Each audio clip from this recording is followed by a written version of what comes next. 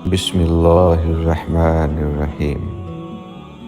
شروع اللہ کا نام لے کر جو بڑا مہربان نہایت رحم والا ہے۔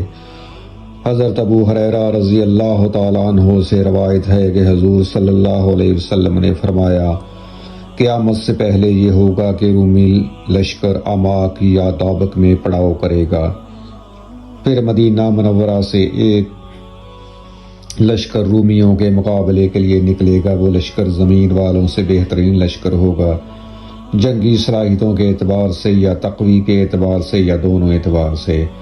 کہیں گے کہ تم شامی مسلمانوں سے الگ ہو جاؤ، انہوں نے ہمارے مردوں عورتوں کو غلام بنایا ہے، ہم صرف انہی ہی سے جنگ کریں گے۔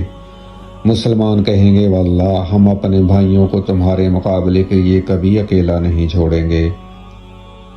پھر دونوں لشکر یعنی مسلمانوں اور عیسائیوں کے درمیان لڑائی ہوگی۔ مسلمانوں کا 1/3 لشکر بھاگ جائے گا، اللہ تعالیٰ ان کی توبہ کبھی قبول نہیں فرمائے گا۔ 1/3 لشکر مارا جائے گا، یہ اللہ تعالیٰ کے ہاں بہترین شہداء کا درجہ پائیں گے۔ 1/3 فتح پائے گا، یہ 1/3 مجاہد کبھی فتنہ میں نہیں پڑیں گے۔ اس فتح کے بعد مسلمانوں کا لشکر استنبول فتح کرے گا۔ یہ لوگ فتح کے بعد اپنی تلواروں کو زیتون کے درختوں سے باندھ کر مال غنیمت تقسیم کر رہے ہوں گے کہ شیطان پکارے گا، تمہارے پیچھے اہل و عیال میں دجال آ گیا ہے۔ چنانچہ مسلمان استنبول سے نکل کر بھاگیں گے۔ راستے میں معلوم ہوگا کہ یہ خبر تو جھوٹی ہے، لیکن جب شام پہنچے گے تو دجال ظاہر ہو جائے گا۔ اسے مسلم نے بھی روایت کیا ہے۔ استنبول شہر ہتھیاروں کے بغیر کلمہ تکبیر پڑھنے سے فتح ہوگا۔ حضرت ابو ہریرہ رضی اللہ تعالیٰ عنہ سے روایت ہے کہ نبی کریم صلی اللہ علیہ وسلم نے صحابہ سے ارشاد فرمایا کہ تمہیں وہ شہر معلوم ہے جس کے ایک جانب خشکی اور دوسری جانب سمندر ہے؟ صحابہ کرام رضی اللہ تعالیٰ عنہ نے عرض کیا، ہاں یا رسول اللہ معلوم ہے۔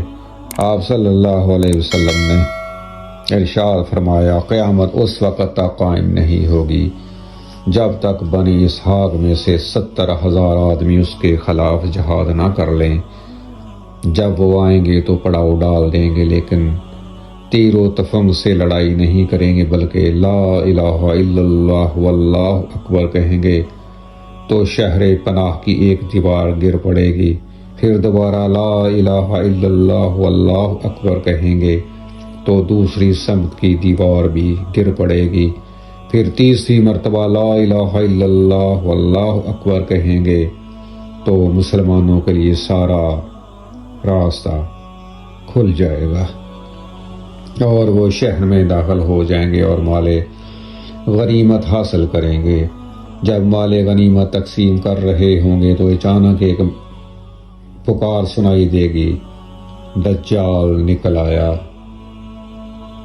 مسلمان سب چھوڑ چھاڑ کر اس کی طرف چل پڑیں گے۔ اسے مسلم نے بھی روایت کیا ہے۔ چھوٹی آنکھوں، سرخ چہروں، موٹی اور چپٹی ناک والے ترکوں سے مسلمان جنگ کریں گے۔ نیز بالوں کے جوتے اور بالوں کے لباس پہننے والے قوم کے ساتھ بھی مسلمانوں کی جنگ ہوگی۔